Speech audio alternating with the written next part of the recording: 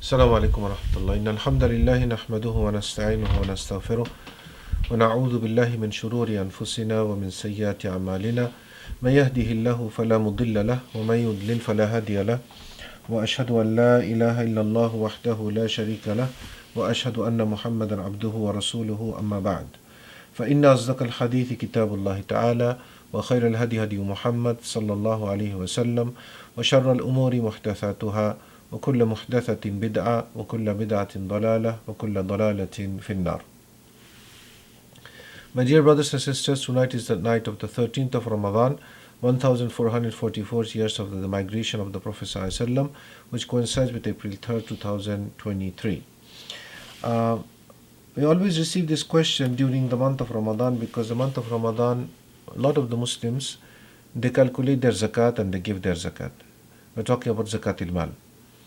And we living in the West, we always receive this question because we know that zakat should be distributed locally.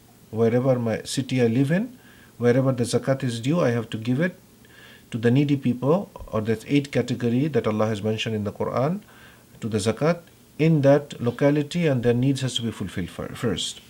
A lot of brothers and sisters, they ask, but we know that the people in the other Muslim countries back home, other places, they're more needy.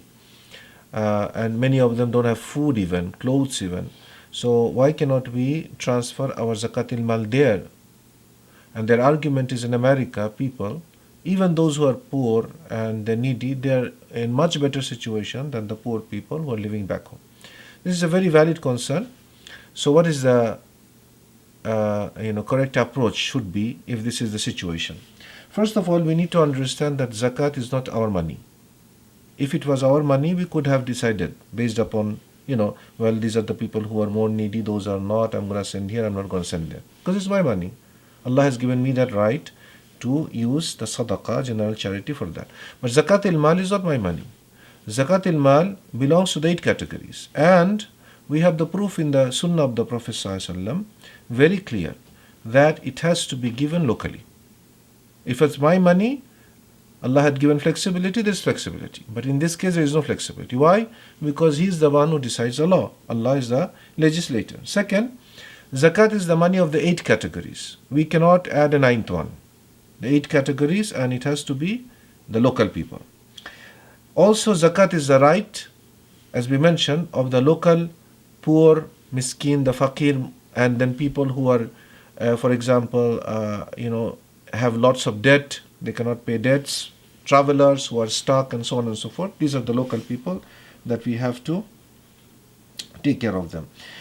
We have the clear evidence in the Sunnah of the Prophet ﷺ. For example, one of the Sahabi, Imran ibn Hussein, when he was sent by the governor to collect the zakat in his time, and when he came back and he didn't have the money, the governor asked him, where is the wealth? He said, did you send me for the wealth? And look at the statement he said. أخذناها من حيث كنا نأخذها على عهد رسول الله صلى الله عليه وسلم. We used to take it from the places where we used to take it in the time of the Prophet صلى الله عليه وسلم. ووضعناها حيث كنا نضعوها. And we used to give it wherever we used to give it, meaning from the place where we took it, على عهد رسول الله صلى الله عليه وسلم. And this athar is very authentic, reported by Imam Abu Dawud and others. So we have from the Sahabi a clear picture in the time of the Prophet ﷺ how the zakat al-mal was collected and was given. Then we have the other hadith. For example, the hadith, very famous hadith of Mu'adh ibn Jabal radiallahu anhu, when the Prophet ﷺ sent him to Yemen, and this hadith is muttafaqun alayhi, both reported by Bukhari and Muslim. The hadith is reported by, of course, by Abdullah ibn Abbas, and I believe Anas ibn Malik also, if I'm not wrong.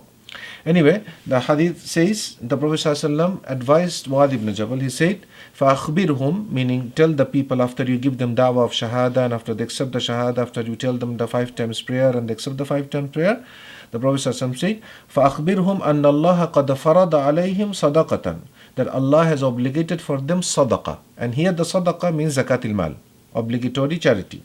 تُؤْخَذُ مِنْ أَغْنِيَائِهِمْ, you take it from there, in Yemen, the locality, you take it from their poor rich people, فَتُرَدُّ عَلَى فُقَرَائِهِمْ, and you give it to their poor people.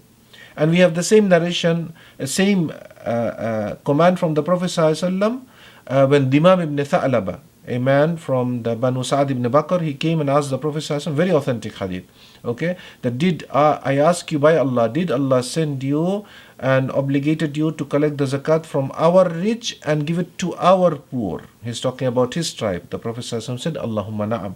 Yes, O Allah, yes. And we have this wasiyah of Umar ibn Khattab, and this is in Sahih al-Bukhari. In his deathbed, he said, take care of the Arabs, because they are the asl, or the foundation of the ummah, of the nation, and you take the charity from their rich and you give it to their poor. All of these narrations and the specific instruction from Imran ibn Hussein clearly mentions the sunnah of the Prophet ﷺ. Many people, they come and ask, I have to give the zakat local, in the local. Is it in the Quran? Why everything has to be in the Quran? It is not in the Quran with these words that you have to give your zakat to the locality. But Allah did say, وَمَا آتَاكُمُ الرَّسُولُ فَخُذُوا. Whatever your messenger gives you, take it. وَمَا نَهَاكُمْ عَنْهُ فَانْتَهُ.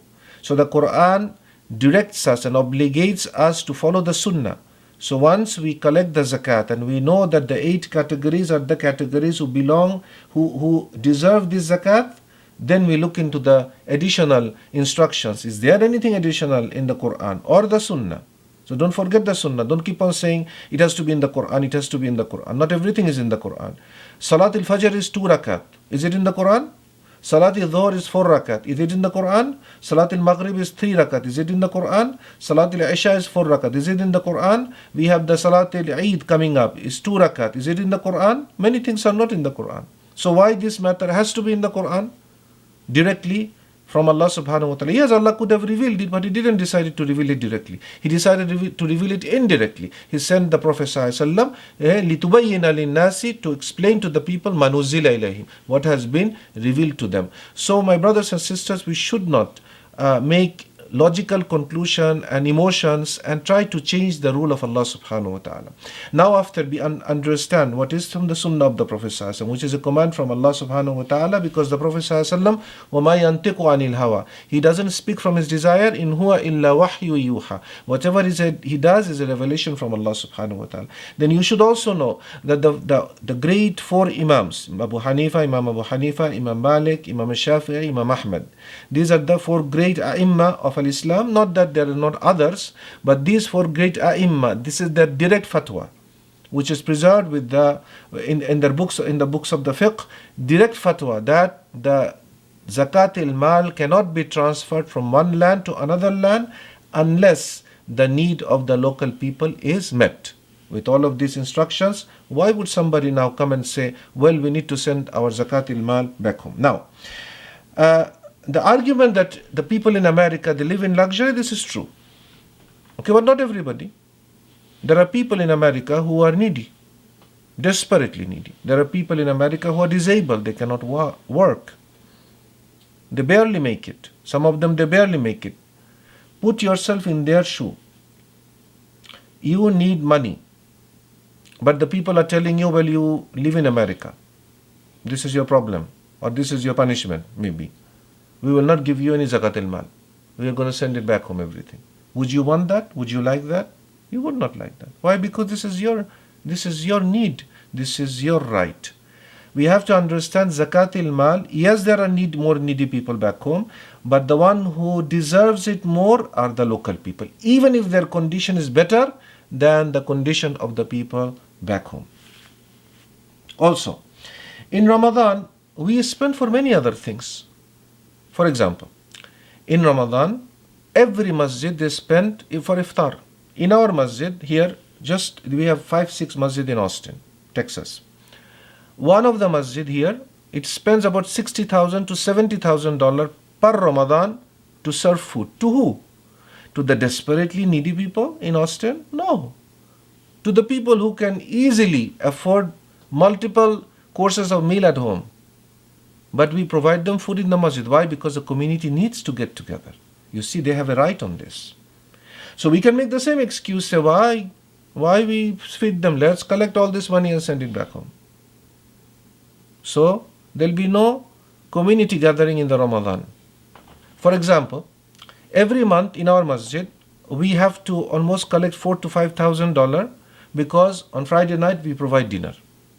We can make the same excuse. Who is coming to eat? Rich people, whose pockets are full of money. They don't need this food. Let's send it back home. And the summer camp is coming, the summer camp is coming. We need $10,000 to run the summer camp. And the summer camp, we have horseback riding, different shows, food, and this and that, and the teacher's expense, all these things. It's more than $10,000. We can make the same excuse. So don't give them any food. They already are rich kids. They already have fun at home. They don't need all these things. Send it back to the poor children who don't have clothes. If we cancel, if we think like this, we have to cancel everything that we do in America.